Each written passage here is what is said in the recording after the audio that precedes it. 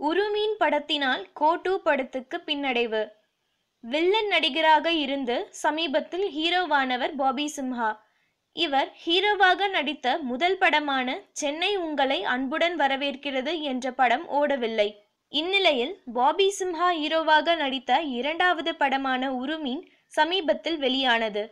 3 கோடி பட்ஜெட்டில் எடுக்கப்பட்ட உருமீன் படத்துக்கு சுமார் 1 கோடி பப்ளிசிட்டி செய்தார் தயாரிப்பாளர். தவிர கியூ டிஜிட்டல் பிரிண்ட்டுக்கு 50 லட்சம் செலவு செய்தார். ஆக மொத்தம் உருமீன் படத்துக்கு 4.5 கோடி செலவு செய்தார் தயாரிப்பாளர். கடந்த சில வாரத்துக்கு முன் வெளியிடப்பட்ட உருமீன் படம் தமிழகம் முழுக்க வெறும் 95 லட்சம் மட்டுமே வசூல் செய்துள்ளது. இந்த தொகையில் செலவுகள் போக தயாரிப்பாளருக்கு கையில் கிடைத்தது 15 லட்சம் தானாம்.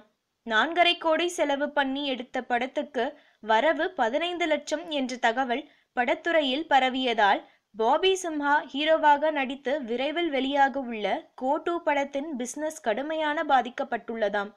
பாபி சிம்ஹாவை வைத்த கோ2 படத்தை பெரிய பட்ஜெட்டில் எடுத்த தயாரிப்பாளர் கவலையில் ஆழ்ந்துள்ளாராம்.